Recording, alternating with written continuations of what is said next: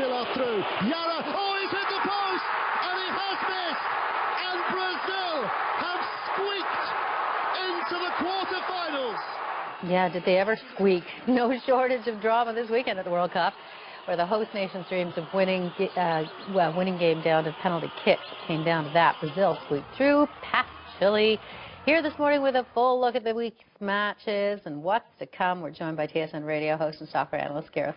Thanks for coming in. Nobody bit anybody this weekend. None of that. But there's always drama. Just the dramatics of penalty kicks. It was a bite-free weekend. You're absolutely right. And the host nation. I mean, this is a Brazilian team that's supposed to win. Right. And just how much pressure on the shooters. And a star player, Neymar, 22 years old, with the weight of a nation on his shoulders, stepping up and converting what goes to be the game-winning penalty kick. Like the last time Brazil was in the World Cup was back in 1950, and they ended up losing in the final, and it was seen as a national tragedy. And despite this country winning 5 World Cups in the process, if they had got knocked out to Chile, I would have hated to see what would happen to the tournament.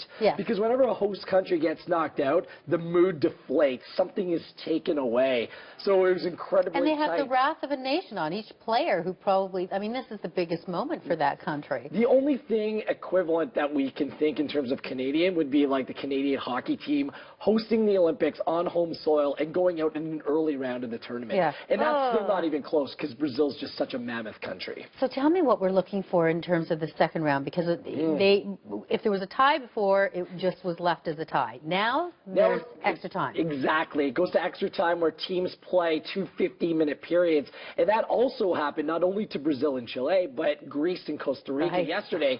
And there was added drama to it, the fact that Costa Rica was playing with 10 men. A player had been sent off, and that match went to penalty kicks as well. There was no goal scored in the extra time.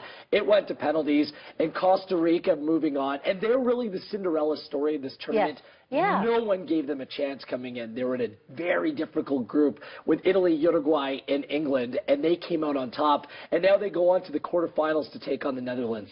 So what do you think about that matchup, Costa Rica and the Netherlands? Based on how the Netherlands has been playing, it's pretty great. They haven't lost a match, and the thing was, it was how they won yesterday. They were down by a goal to Mexico with less than 10 minutes to go, and they scored 2 goals. And the last one was quite controversial because Holland was awarded a penalty kick with about 3 minutes to go in the game, and some people suggest that the player dove to get the call. Now, for me, it was an absolute foul. It was an absolute penalty, but what happens in soccer sometimes players exaggerate. So the arms go out. They take advantage of the official, right? But that doesn't take away the fact that it was a penalty to begin with. So Holland, they haven't lost a match in the tournament. They move on to the quarterfinals. They will be a decisive favorite over Costa Rica come later this week. What about the U.S.? The U.S. plays Belgium tomorrow. Now, it's like the weight of the nation, talk about Brazil. The weight of the nation's on the U.S.'s shoulders because they've never had such media attention. It is the perfect tournament for them because it's in primetime hours. The last couple of World Cups have been played in South Africa. In 2002, it was Korea and Japan.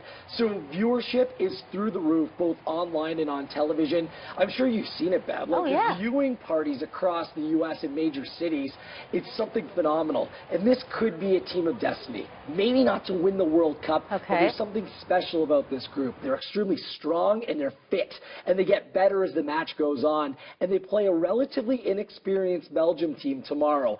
A lot of talented players, but very young. This is Belgium's first World Cup in 12 years, so there's going to be a lot of pressure on both nations, but I absolutely believe this is a game that the U.S. has a chance of winning.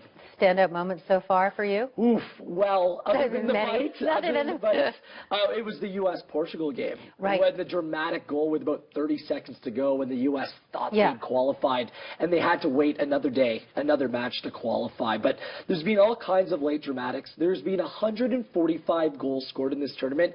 There were 125 goals scored all of the last World Cup. Oh, my gosh. It makes for a better game. And, you know, for everybody that looked at all the traditional teams that do well, some things have been so topsy-turvy that makes it all the more exciting. Costa Rica, for example. And we're seeing stars emerge. There's a 22-year-old named James Rodriguez. He plays for Colombia, and Colombia will go on and play Brazil in the next round. He scored one of the best goals against Uruguay in the round of 16 that you will ever see. Took it off his chest, turned, and volleyed in one motion, skimmed off the bottom of the bar and in. So you're seeing these little stars emerge, as well as the big players like Lionel Messi shine as well. In Argentina, they play tomorrow as well. Oh my gosh, so many good matches ahead still. Thank you for coming in. Thank you. Not even midpoint, a little bit further than that, but thank you, July 13th, it all wraps up. Okay, thank you. Today's World Cup action kicks off at noon Eastern across the TSN radio network with France versus Nigeria. Visit CanadaAM.ctvnews.ca for a link to the full broadcast schedule.